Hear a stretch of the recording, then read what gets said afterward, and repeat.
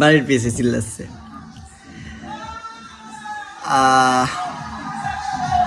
আসলে তাদের যদি বিবেক থাকতো যে তারা কোন দুর্নীতির, ওয়েট আপনাদের দেখাই পিছে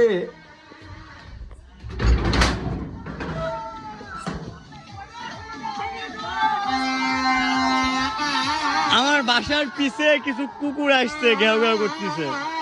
হ্যাঁ, তো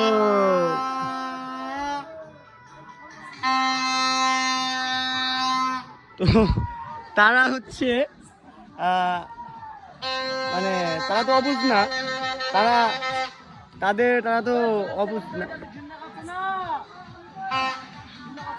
ভাইয়া। ওইরকম দুর্নীতি করে সবাই জিততে পারে।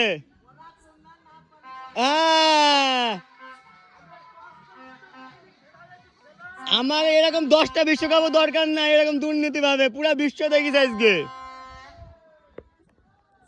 মানে আর্জেন্টিনা সাপোর্টাররা ঠিক আছে ভাই, তোরা দুর্নীতি করে জিতছি ভাই, ভালো কথা। বাট একটা নিজের ভিতরে তো বিবেক কাজ করে যে না, তোর টিম জিতছে ভালো, তোর টিম জিতছে, দুর্নীতি করে জিতছে, ফিফা টাইনি জিতাইছে, ঠিক আছে। তাই বলে উদযাপন কিভাবে করিস ভাই? কিভাবে উদযাপন করিস সেই হচ্ছে দুর্নীতিভাবে জিতে? বুঝে আসে না আমার। ব্রাজিল আছি, ব্রাজিল থাকবো,